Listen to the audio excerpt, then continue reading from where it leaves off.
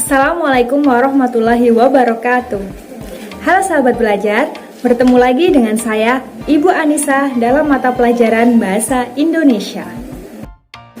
Materi yang akan kita pelajari pada hari ini adalah teks prosedur.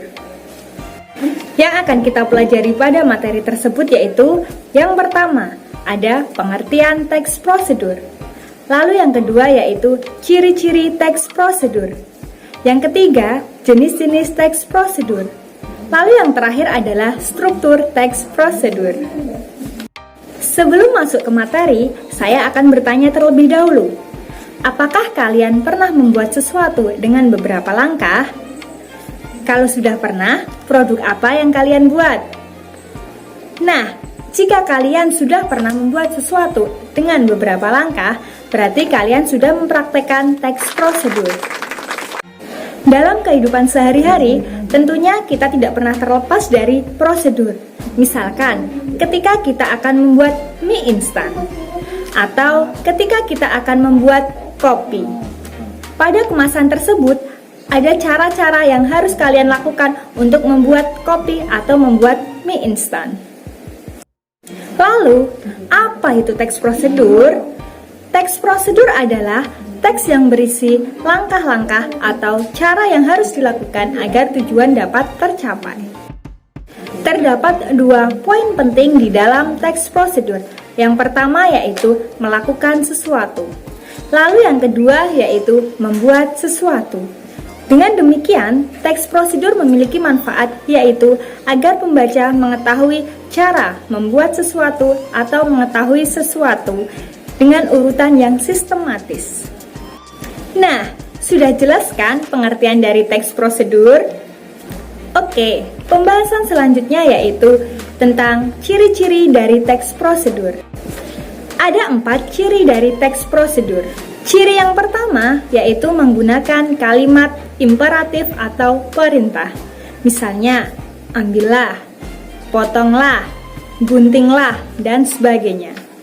Ciri yang kedua menggunakan kata kerja aktif. Lalu, ciri yang ketiga yaitu menggunakan konjungsi atau kata hubung sebagai penanda urutan waktu. Contohnya, lalu, kemudian, selanjutnya, setelah itu, dan sebagainya.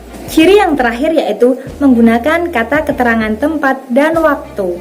Contohnya yaitu, haluskan bumbu tersebut menggunakan blender selama 3 menit. Tempelkan potongan kayu tersebut di bagian pinggir. Itu tadi adalah keempat ciri dari teks prosedur. Selanjutnya, kita akan belajar tentang jenis-jenis teks prosedur. Ada 3 jenis dari teks prosedur. Jenis yang pertama yaitu teks prosedur yang menjelaskan mengenai sesuatu itu bekerja atau instruksi secara manual. Contohnya, cara menggunakan mesin ATM. Lalu, jenis teks prosedur yang kedua yaitu teks prosedur yang menginformasikan aktivitas tertentu dengan peraturannya. Contohnya, cara bermain sepak bola, cara bermain basket, dan lain sebagainya. Lalu, teks prosedur yang ketiga yaitu teks prosedur yang berhubungan dengan sifat atau kebiasaan manusia. Contohnya, tips belajar efektif atau cara mengontrol emosi.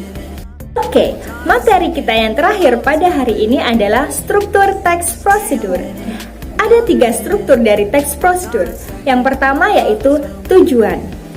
Tujuan berisi hasil akhir yang akan dicapai ketika kalian melakukan aktivitas tersebut. Yang kedua adalah langkah-langkah.